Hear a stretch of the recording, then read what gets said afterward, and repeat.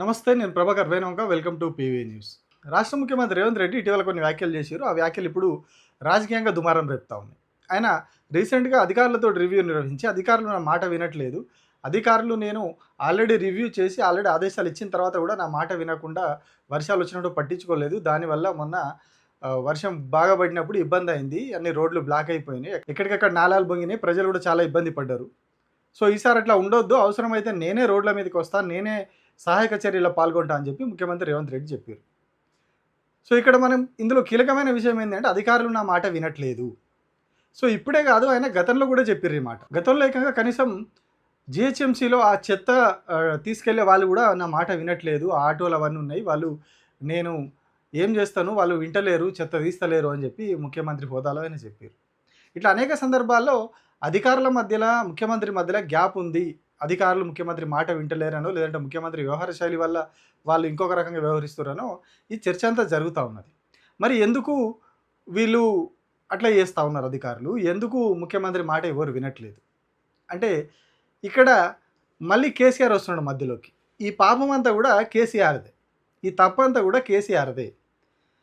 అధికారులు రేవంత్ రెడ్డి మాట వినకపోవడానికి, అధికారులు రేవంత్ రెడ్డిని పట్టించుకోకపోవడానికి కారణం అంతా కూడా కేసీఆరే.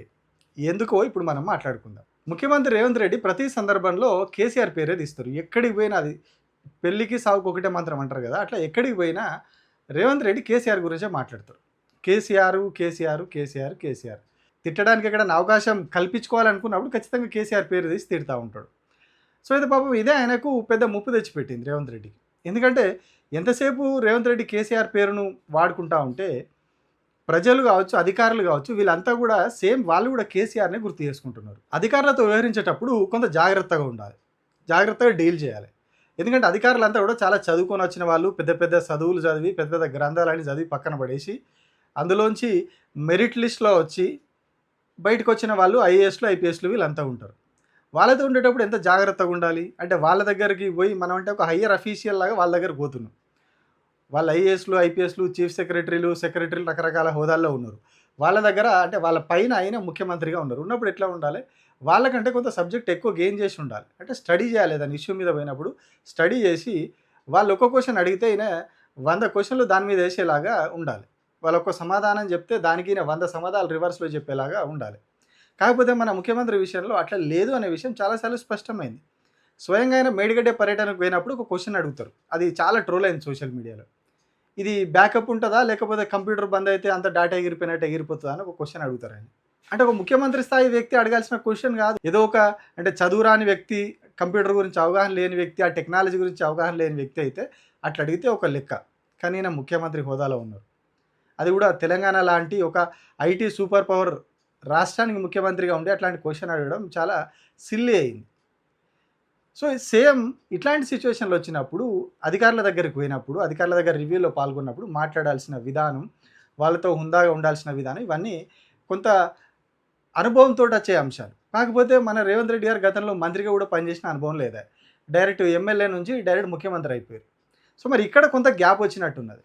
గ్యాప్ వచ్చి అధికారులను డీల్ చేయడంలో, అధికారులతో మాట్లాడడంలో, అధికారులకు ఎట్లా సమాధానం ఇవ్వాలి, వాళ్ళకి తెలియని అంశాలు కూడా మనం తెలుసుకొని ఉండాలి. కానీ ఇక్కడ అది జరుగుతున్నట్టుగా కనిపిస్తలేదు.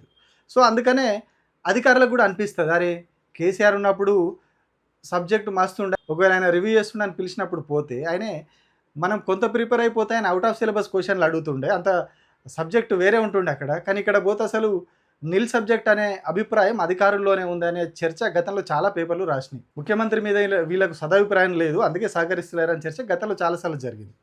ఇంకొకటి ఇందులో ట్రాన్స్ఫర్స్, అధికారులతోటి చెప్పిన చాలా జాగ్రత్తగా డీల్ చేయాలి. ఇది రాజకీయాల్లోని ఎవరైనా చెప్తారు, రాజకీయాల్లో సీనియర్లను ఎవరిని అడిగినా చెప్తారు. వాళ్ళతోటి చాలా జాగ్రత్తగా డీల్ చేస్తేనే, 2 జోడేళ్ళలాగా నడిస్తేనే పాలన నడుస్తుంది. కానీ నేను ముఖ్యమంత్రిని, నేను ఇష్టం ఉన్నట్టు వ్యవహరిస్తా, మీ మీద అరెస్ట్ చేస్తా, మిమ్మల్ని కేసు పెడతా, పని చేస్తారు వాళ్ళు, చేయించుకోవాలి వాళ్ళతో. కానీ ఇక్కడ అట్లా కాకుండా మీరు చేయకుండా మిమ్మల్ని పీక్ పడేస్తా, పబ్లిక్ ఓపెన్గా పెట్టినటువంటి మీటింగ్లోనే ఆయన ముఖ్యమంత్రి హోదాలో ఉండి వార్నింగ్ ఇచ్చారు. వాళ్ళు ఊరుకుంటారా, వాళ్ళు లైఫ్ టైం సర్వీస్లో ఉండేవాళ్ళు, వాళ్ళు 5 ఏళ్ళకు ఒకసారి మారేది ముఖ్యమంత్రి పదవి, వాళ్ళు ఊరుకుంటారా? సో వాళ్ళు ఎక్కడ చూపించాలో అక్కడ చూపిస్తారు. సో ఇప్పుడు మనం రాష్ట్రంలో చాలా శాఖల్లో అదే జరుగుతూ ఉంది. ఇక ట్రాన్స్ఫర్ల దగ్గరికి వచ్చేసరికి ఈ 2.5 ఏళ్ల కాలంలో ఒక్కొక్క అధికారి 4 నుంచి 5 సార్ల కంటే ఎక్కువ ట్రాన్స్ఫర్ అయ్యారు. ఐఏఎస్లు కావచ్చు, ఐపీఎస్లు కావచ్చు, చాలాసార్లు ఇక్కడి నుంచి అక్కడికి, అక్కడి నుంచి ఇక్కడికి శాఖలే మారిపోయినాయి అసలు. 4 రోజులు ఈ శాఖలో ఉండగానే తీసుకుపోయి ఇంకొక శాఖలో వేస్తారు. అంటే ఈ శాఖకు సంబంధించిన సబ్జెక్ట్ కొంత గెయిన్ చేసేలోపు తీసుకుపోయి ఇంకొక శాఖలో పడేస్తారు. అట్లా కొంచెం తెలుసుకునేలోపు తీసుకుపోయి ఇంకొక దాంట్లో ఏస్తారు. ఈ వ్యవహారాలు గత 2.5 ఏళ్లలో చాలా జరిగినాయి. చాలామంది అధికారులు, సీనియర్ అధికారులు, మంచిగా పనిచేసిర్రని పేరున్నటువంటి అధికారులను చాలామందిని కూడా ఇటు నుంచి అటు, అటు నుంచి అటు, అటు నుంచి అటు మొత్తం తిప్పిర్రు. ఐఏఎస్‌లే కాదు, ఐపీఎస్‌లను కావచ్చు, కింది స్థాయిలో ఉన్నటువంటి అధికారులను కూడా చాలామందిని అట్లా తిప్పిర్రు. తిప్పినప్పుడు అధికారుల్లో భావన ఏం కలుగుతది? సేమ్ మనం ఇందాక చెప్పుకున్నాం కదా, అవగాహన లేపి ఉన్నది. సో వాళ్ళకి మళ్ళీ ఎక్కడికి పోతుంది కంపారిజన్, అక్కడికి పోతుంది. సో అప్పుడు ఎట్లా ఉండే, ఇప్పుడు ఎట్లా ఉండే పరిస్థితి, అప్పుడు బదిలీలు ఎట్లా జరిగేటి, ఇప్పుడు ఎట్లా జరుగుతున్నాయి, అప్పుడు ఎట్లా ఉండేది, ఒక అధికారి ఒక శాఖలో మంచిగా పనిచేస్తుండ అనుకుంటే అప్పుడు ముఖ్యమంత్రిగా ఉన్నటువంటి కేసీఆర్ వాళ్ళకి అక్కడ ఫ్రీడమ్ ఇచ్చేవాడు. ఆ శాఖలో ఫ్రీడమ్ ఇచ్చేసి చాలా కాలం అక్కడ కంటిన్యూ చేసేవాడు వాళ్ళని. దానికి ఎగ్జాంపుల్గా చాలామంది ఉన్నారు. స్మితా సబర్వాల్, ప్రవీణ్ కుమార్ గురుకుల స్కూల్స్కి ఉన్నారు చాలా రోజుల పాటు. ఇట్లా చాలామంది అధికారులు చాలా కాలం పాటు చాలా శాఖల్లో పనిచేశారు. ఇట్లా చాలామంది ఉన్నారు. వాళ్ళు ఇప్పుడు కూడా పనిచేస్తున్న వాళ్ళు ఉన్నారు. ఇప్పుడు రేవంత్ రెడ్డి కింద కూడా పనిచేస్తున్న అధికారులు వాళ్ళు ఉన్నారు. సో అప్పుడు అట్లా ఒక శాఖలో కంటిన్యూ చేసేవాళ్ళు వాళ్ళని. కానీ ఇప్పుడు ఆ పరిస్థితి లేదు, అట్లా జరగట్లేదు. సో ఇవన్నీ వాళ్ళు కంపారిజన్ చేసుకుంటారు మళ్ళీ. సో అప్పుడు ఎట్లా ఉండే పరిస్థితి, ఇప్పుడు ఎట్లా ఉన్నది. సో ఇక్కడ ఈయన మనల్ని చీటిమాటికి తిడుతున్నాడు, చీటిమాటికి ట్రాన్స్ఫర్లు చేస్తున్నాడు, ఇష్టం వచ్చినట్టుగా అంటున్నాడు. ఒక ముఖ్యమంత్రి కాదు, మంత్రులు కూడా అదే పరిస్థితి. రకరకాల వ్యవహారాలు గతంలో కూడా పేపర్లలో వార్తలు వచ్చినాయి, ఛానళ్ళలో వార్తలు వచ్చినాయి. అవి వార్తలు వేస్తే కేసులు పెట్టి రకరకాల వ్యవహారాలు అనేవి. అంటే అధికారులకు ఒక ఒపీనియన్ వచ్చింది ప్రభుత్వం మీద, వీళ్ళు సరిగా లేదు వ్యవస్థ, సరిగా అవగాహన లేదు, వీళ్ళకి సబ్జెక్ట్ లేదు అనే విషయం వాళ్ళకి క్లారిటీ వచ్చింది.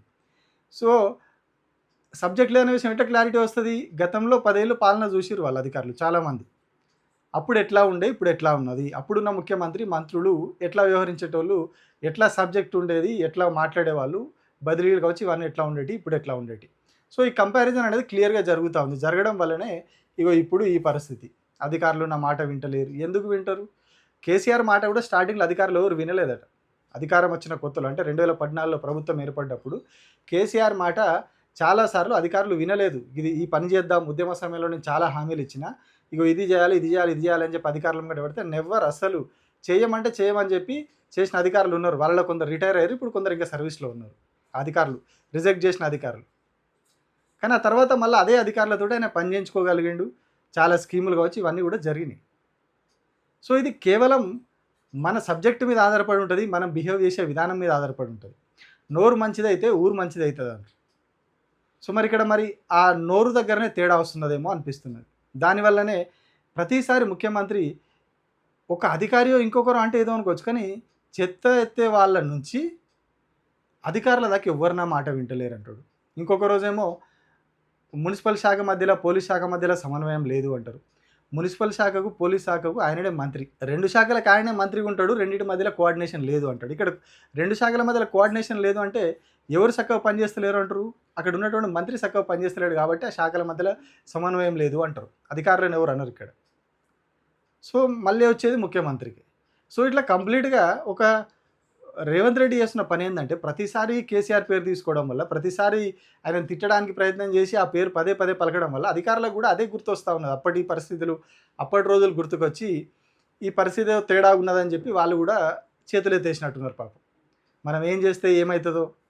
ఎందుకంటే ఇప్పుడు చాలా కేసులు చూసినాం మనం, కక్షపూరితంగా పెట్టిరని బీఆర్ఎస్ అంటుంది, తప్పు చేసిరని వీళ్ళు అంటారు. కానీ ఆ కేసుల వ్యవహారం అనేది అధికారులకు భయం పుట్టించింది. వీళ్ళు ఇప్పుడు ఇష్టం వచ్చినట్టు చేయమంటారు, చేస్తే రేపటి రోజున మళ్ళీ వీళ్ళ అధికారం మారిపోతే మళ్ళీ ఇంకో పార్టీ అధికారంలోకి వస్తే మళ్ళీ ఇప్పుడు ఎట్లయితే అధికారులు పోలీస్ స్టేషన్ల చుట్టూ తిరుగుతూ ఉన్నారో, ఎట్లా వాళ్ళ మీద కేసులు అవుతున్నాయో, ఎట్లా జైలుకి పోతున్నారో మేము కూడా రేపు రోజున పోవాల్సి వస్తుంది. సో అందుకని ఎక్కడికి వెళ్ళాలో అక్కడికి వెళ్ళాలి, అంతకుమించి చేయొద్దు అనే ఉద్దేశానికి కూడా వాళ్ళు అచ్చిరేమో. మరి క్లియర్గా చూస్తున్నాం కదా, ఫోన్ ట్యాపింగ్ కేసు అని, గొర్రెల స్కామ్ కానీ, ఇంకొకటని కేసులు పెట్టి అందరినీ జైలు పంపించేస్తూ ఉన్నారు అంతే. అందులో తేల్చింది లేదు, ఇది జరిగిందని లేదు. ఫోన్ ట్యాపింగ్ కేసు అంతా చల్లబడిన తర్వాత వాళ్ళకి బెయిల్ వచ్చి వాళ్ళ ఇళ్లలో ఉన్న తర్వాత ఇప్పుడు పోయి వాళ్ళ మీద ఏసీబీ రైడ్ జరిగి మళ్ళీ అరెస్ట్ చేస్తారు. అంటే ఇది అధికారుల్లో భయాన్ని నింపుతూ ఉన్నది. అధికారులతో జాగ్రత్తగా పనిచేయించుకోవాల్సింది పోయి అధికారులు ఇట్లా బెదిరించడం, వాళ్ళని రకరకాల ఇబ్బందులు పెట్టడం, ఇవన్నీ జరుగుతాయి. నిజంగా వాళ్ళు తప్పు చేసి ఉంటే శిక్షించాలి. కానీ మొత్తం అధికారులందరినీ ప్రభుత్వంలో పనిచేస్తున్నటువంటి అధికారులందరినీ కూడా భయపెట్టి చేసి ఎట్లయితే రాజకీయాల్లో మొత్తం హడాలు కొట్టేస్తున్న అందరినీ అధికారులను కూడా అట్లా హడాలు కొట్టేస్తా అంటే అధికారులు వినరు. వాళ్ళకు ఉండే కొంత వాళ్ళ గర్వం ఉంటుంది. మేము ఇన్ని చదివి వచ్చినాము, మాది లైఫ్ టైం సర్వీసు, వీళ్ళు 5 ఏళ్ల సర్వీసు, వాళ్ళతో మాకేంది అనే గర్వం ప్రతి అధికారికి ఉంటుందా? అవునన్నా కాదన్నది.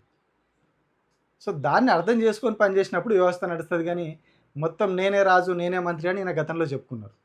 సో అట్లా నేనే రాజు నేనే మంత్రి అన్నట్టుంటే ఎవడు సహకరించాడు. మనం మంచిగా ఉంటే ప్రతిపక్షాలు కూడా సహకరిస్తాయి, ఇది కాదు ఇది చేయండి అని చెప్పి సలహాలు ఇస్తారు, సూచనలు వేస్తారు. కానీ మన దగ్గర అది లేదు కదా. మనం ఇష్టం ఉన్నట్టుగా చేసుకుంటూ పోతా ఉంటే ఎవరు సహకరించారు. మరి మన దగ్గర లోపం పెట్టుకొని ప్రపంచాన్ని తిడితే ఉపయోగం ఏముంటుంది? సో దీనివల్ల ఇప్పుడు అధికారుల దగ్గరనే కాదు, ప్రజల్లో కూడా అదే పరిస్థితి అయిపోతూ ఉన్నది. ప్రజలు ఎక్కడికి పోయినా, నిరుద్యోగులు కావచ్చు, రైతులు కావచ్చు, ఎవరి దగ్గరికి పోయినా మళ్ళీ అప్పుడే మంచిగా ఉండే. అప్పుడు రైతు బంధు వచ్చింది, ఇప్పుడు మొత్తం రైతు బంధు ఆగిపోయింది. మొన్న మొత్తం వేస్తా అన్నాడు, 2 ఎకరాలకు వేసి మధ్యలో బంద్ చేసిండు. నెల రోజులలో మొత్తం వేస్తా అన్నాడు, 2 నెలల మొత్తం 9,000 కోట్లు వేస్తా అన్నాడు, జాడలేదు.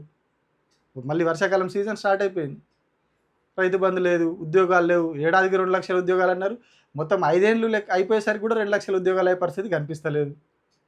అది ఒక కానిస్టేబుల్ జాబ్లు వేస్తే 5,000 వేసిరు, 20,000కి పైగా ఖాళీలు ఉంటే 5,000 వేస్తే వాళ్ళు రోడ్డు ఎక్కిరు.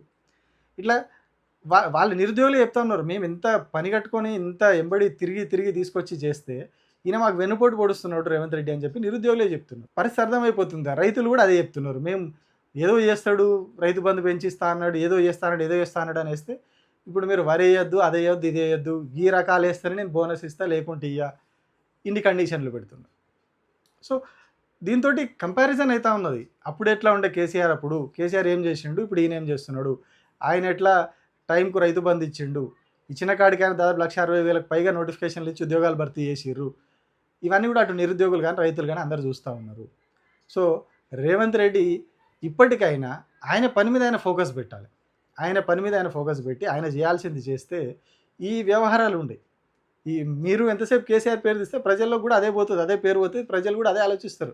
కేసీఆర్ ఏం చేసిండు, ఈయన ఏం చేస్తున్నాడు అని కంపారిజన్ చేసుకుంటారు.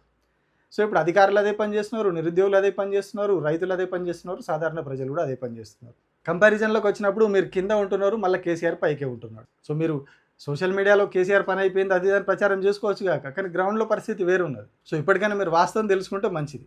ఇప్పుడు వాస్తవం తెలుసుకున్నా పెద్దగా ఉపయోగం లేదనుకోరు, ఆల్రెడీ పరిస్థితి చేదాటిపోయింది, ఎక్కడ కూడా ప్రజలు నమ్మే పరిస్థితి లేదు. సో ఇకనైనా తిట్ల దండక ఆపి ఇప్పటికైనా కొంత ఈ మిగిలిన టైంలో పనిచేస్తే ఎంతో కొంత రాష్ట్రానికి మేలు జరుగుతుంది. Thank you.